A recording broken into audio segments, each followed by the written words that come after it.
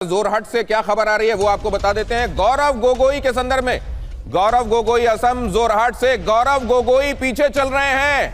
अभी तालुकदार साहब बता रहे थे गौरव गोगोई और अखिल गोगोई का हाल।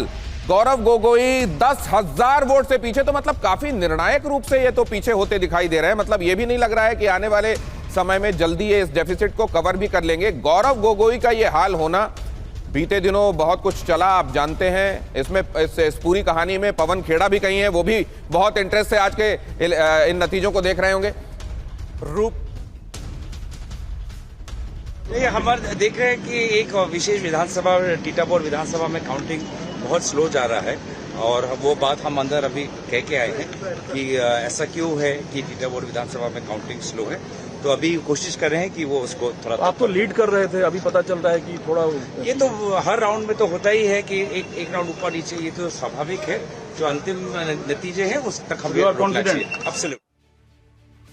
बताइए क्या हाल है कांग्रेस पार्टी की असम के अंदर। गौरव गोगोई पीछे चल रहे हैं अपनी सीट पर। जोरहाट से रुपेश कुमार हमारे संवाददाता इस वक्त गुवाहाटी से हमारे साथ मौजूद हैं। रुपेश, ये तो प्रो इनकम्बेंसी देखने को मिल रही है असम के अंदर, हैट्रिक बीजेपी की।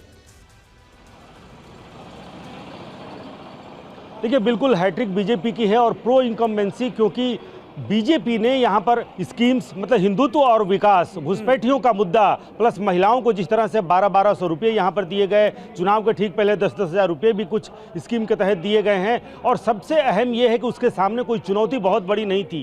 कांग्रेस जिस तरीके से गुटबाजी यहाँ पर रही, चुनाव खत्म होने के बाद भी कई उम्मीदवारों ने, जो उम्मीदवार चुनाव लड़ चुके, चुनाव हुआ, उन्होंने कहा कि मेरी लड़ाई सिर्फ बीजेपी से ही नहीं थी, अपने अंदर के गद्दारों से भी थी। ये बयान दिया। उसके बाद से यहाँ पर डीके शिव कुमार भी यहाँ पर पहुंचे और जितेंद्र सिंह भी यहाँ पर पहुंचे। तो हेमंता बिस्वा शर्मा के सामने उनका अपना विकास, उनका अपना हार्ड हिंदुत्व का मुद्दा, घुसपैठिया का मुद्दा और सामने किसी चुनौती का न होना। मैं बीजेपी के प्रदेश कार्यालय में ही इस वक्त मौजूद हूँ। हालांकि बीजेपी के जो प्रदेश अध्यक्ष हैं वो यहाँ पर पहुंचे थे, लेकिन उन्होंने कहा कि थोड़ा हम लो रहेंगे, अभी जश्न की बारी अभी शायद नहीं आई है। लेकिन बीजेपी के कार्यकर्ता यहाँ जुटने शुरू हो गए थे। यहाँ जय श्री राम के नारे भी, जब दिलीप सैकिया यहाँ पर पहुंचे थे तो जय श्री राम के नारे भी यहाँ पर बीजेपी के कार्यकर्ताओं ने लगाए। और यहाँ पर देखिए ये जो माहौल है, धीरे धीरे यहाँ पर, हालांकि सबसे पहले यहाँ पर जो रुझान आए उसमें ये तय था, या उसके और पहले भी ये तय था, बीजेपी ये मानकर चल रही थी कि अगर 5 राज्यों में सबसे ज़्यादा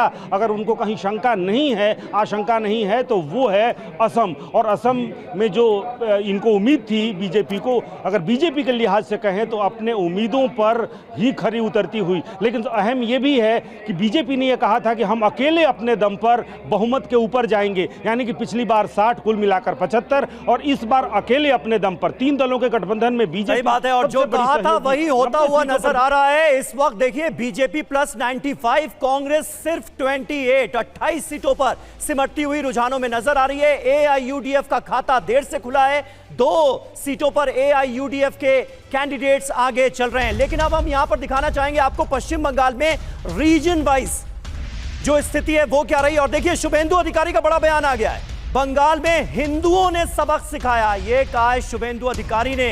इस वक्त जो आंकड़े हैं वो, उसमें बीजेपी की बम नजर आ रही है। 173 पर बीजेपी पहुंचती हुई नजर आ रही है, 112 पर टीएमसी सिमटती हुई नजर आ रही है। और शुभेंदु अधिकारी का बड़ा बयान, बंगाल के नतीजे प्रधानमंत्री मोदी की वजह से, तो प्रधानमंत्री मोदी को उन्होंने क्रेडिट दिया है शुभेंदु अधिकारी ने।